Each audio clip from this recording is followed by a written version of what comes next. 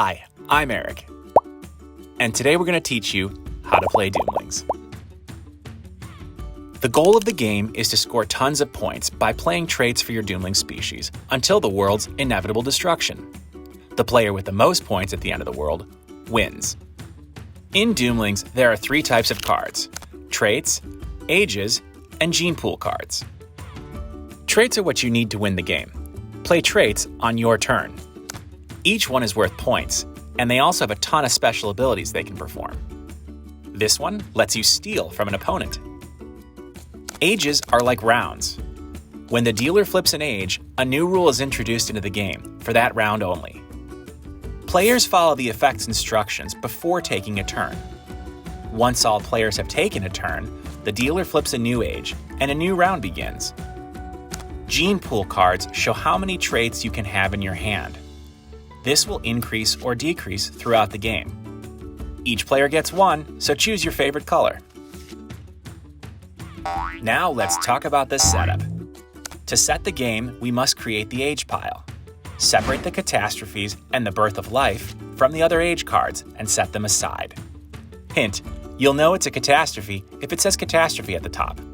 It will also have a yellow World's End effect at the bottom.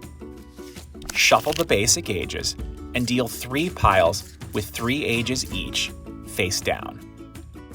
Next, shuffle the catastrophes and deal 1 catastrophe into each pile of ages, face down. Set the remaining ages and catastrophes aside. You should now have 3 piles of 4 cards each. Shuffle each pile and then stack them on top of one another. Finally, place the Birth of Life face down on top of the pile. The Birth of Life is special because it's always the first round. This ensures that you'll never begin the game with a catastrophe. Set the final pile in the center of the table. This is called the age pile. Next, shuffle all the traits super well and deal 5 traits to each player face down. Set the remaining stack of traits in the center of the table next to the age pile for players to draw from. Last but not least, players pick their favorite gene pool card and set it in front of them with the number 5 facing up. This represents the number of cards each player should have in their hand.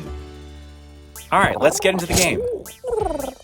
The game begins when the dealer flips a card from the age pile.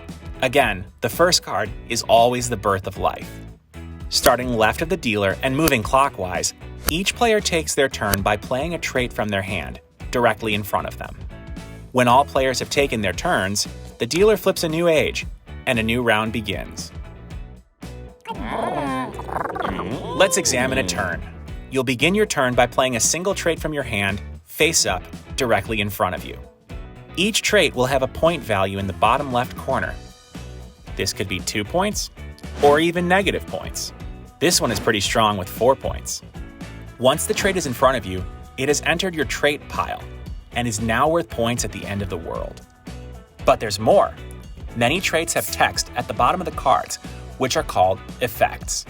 These can be bonuses or special instructions that give you an edge during the game. Generally speaking, effects only matter if they're currently in your trait pile, unless the effect says otherwise. Some effects are called actions. You'll know it's an action if it has this little symbol next to the text. Actions only occur once when you play them directly from your hand. Some effects offer +1 or -1 gene pool. When the trait enters your trait pile, adjust your gene pool card. The number on the top represents the number of cards you should have in your hand. We'll get into more on that in a minute. If the trait leaves your trait pile, adjust your gene pool back again to reflect the change. You'll typically play 1 trait each turn, though some effects allow you to play another. Just remember, follow the instructions on the card.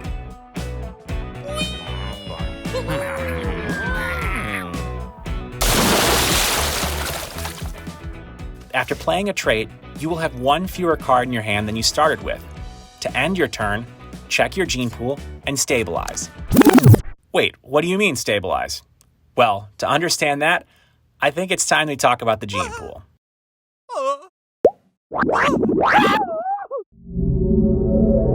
Your gene pool reflects how many cards you should have in your hand at the end of your turn. In order to end your turn, you must stabilize, meaning you must draw or discard from your hand until you have the same amount of cards as your gene pool allows. So, if Chris's gene pool is 5, but he holds 6 cards in his hand, he'll need to discard 1 card to stabilize. If Kathy's gene pool is 5, but she holds 4 cards, she'll need to draw 1 card to stabilize. If the size of their hand matches the size of their gene pool, they're stable. Nothing to do but simply end their turn. Now keep in mind, the number of cards in your hand won't always match your gene pool. For instance, when a catastrophe hits and you have to discard a card, all players will start their turn with fewer cards in their hand. However, when you end your turn, you will stabilize to the number on your gene pool. Okay, so the minimum gene pool size is 1, and the maximum is 8. Generally, you want your gene pool to be big so that you have more options of traits to play from your hand. As the game progresses, your gene pool will naturally decrease, which can really constrain your strategy. But not to fear, some traits can increase your gene pool, giving your hand that extra boost. Let's take a closer look at ages. Each age has a unique effect that players must follow for that round only.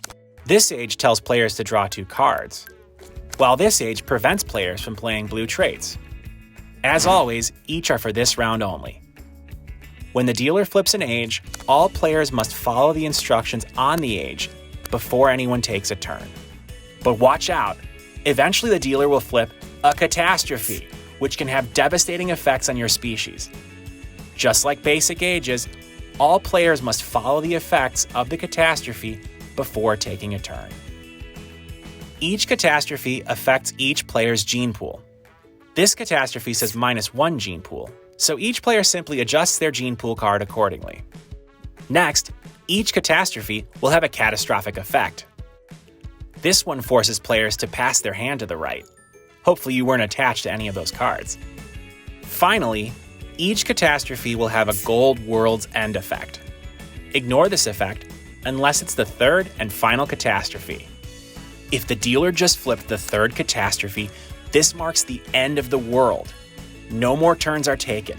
The game is now over. Players now follow the world's end effect on the final catastrophe. They tally up their species scores, and the player with the most points wins. Hold on. You're probably asking, why do some traits have gold stars in the top corner?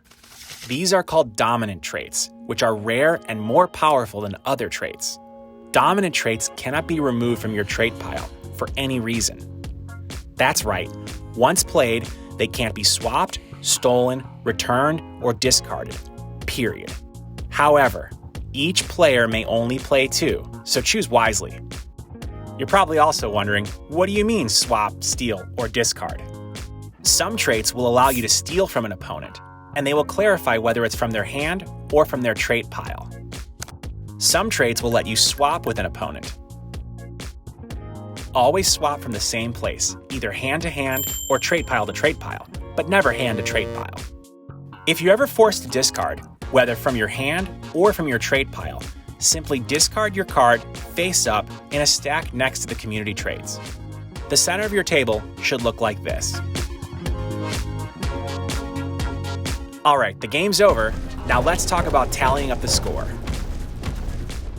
To score the game, we suggest following these 4 simple steps. Step 1, follow the world's end effect of the final catastrophe.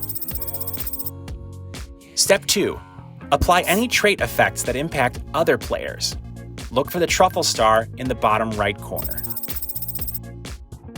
Step 3, tally the face value of all traits in your trait pile, even the negative ones. Step 4, finally, apply any bonuses from traits in your trait pile.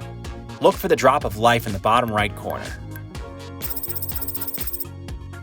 Once all points have been tallied, the Doomling species with the highest score wins the apocalypse. So that's it, you did it. If you ever have any questions, you can always refer back to the rulebook or our website for anything not covered in the video. Go forth, young Doomlings, your planet awaits.